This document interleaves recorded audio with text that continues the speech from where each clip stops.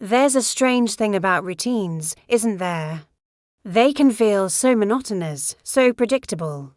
Wake up, get dressed, grab your keys, head out the door. For the longest time, my mornings were just that, a series of robotic movements designed to get me from my apartment to my office with as little thought as possible. But then, one Tuesday, something broke the pattern. Or rather, someone. He was just sitting there, perched on the low brick wall that separates the sidewalk from a small patch of grass. A little scrap of a cat, a mix of tabby stripes and patches of ginger, with one ear slightly torn at the tip. He wasn't doing much of anything, just watching the world go by. I noticed him, he noticed me, and we had a brief, silent exchange of glances before I continued on my way. I didn't think much of it. It was just a cat, after all. But the next morning, he was there again. Same spot, same quiet observation. This time, I slowed down.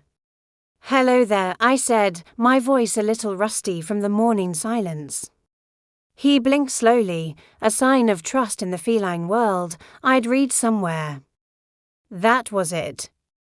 No grand gesture, just a slow blink. But it felt like a conversation. The third day, I came prepared.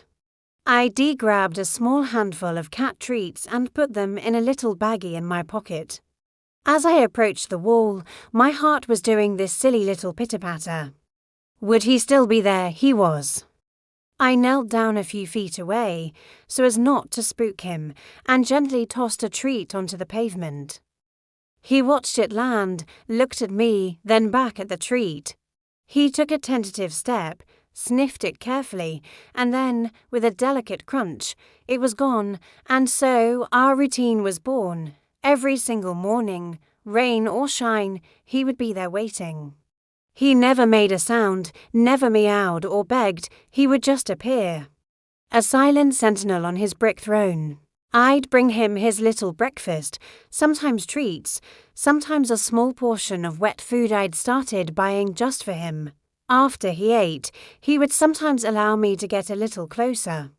I never tried to force it. I'd extend my hand, palm down, and let him decide. Some days he'd just sniff my fingers.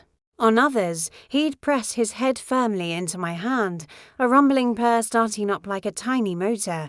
Those were the best days, feeling the vibration of his contentment against my skin. The rough texture of his fur, it was a connection that went deeper than words. It's funny how this small interaction began to completely reshape my mornings. I started waking up a little earlier, not with a groan, but with a sense of anticipation. My walk to work, once a mindless chore, became the highlight of my day. I named him Leo, not for any particular reason, just because it seemed to suit his quiet, dignified presence. He became my confidant. I'd tell him about my day ahead, about a stressful meeting I was dreading, or a project I was excited about. "Wish me luck, Leo," I'd whisper as I gave him one last scratch behind his good ear. He'd just look at me with those big, green, all-knowing eyes, and somehow I felt better.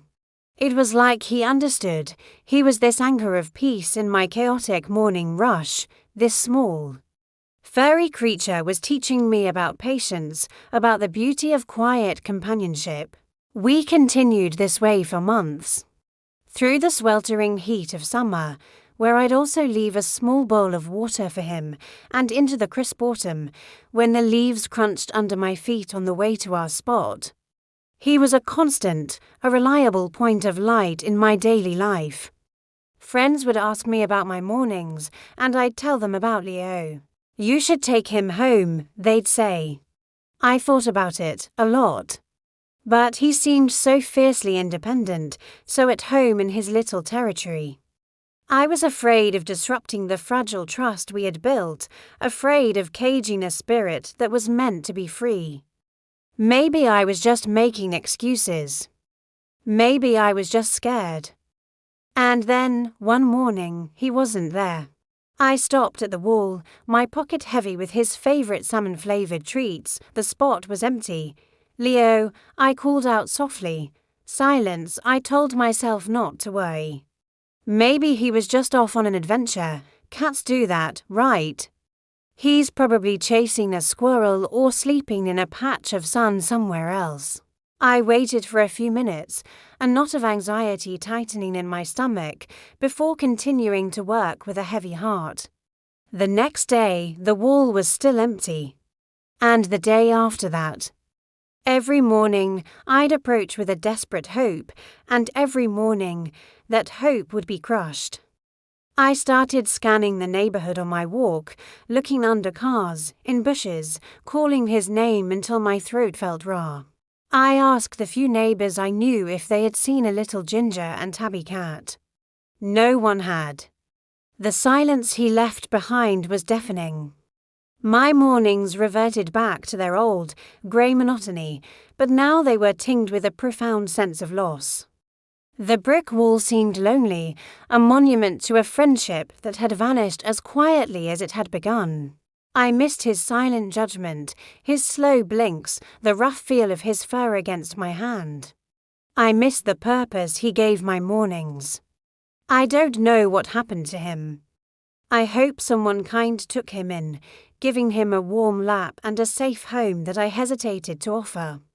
I hope he just decided to move on to a new territory with better hunting grounds. I try not to think about the other possibilities. It's been a long time now. I still look at the wall every morning when I pass. The pang of sadness is still there, but it's softer now, mixed with gratitude.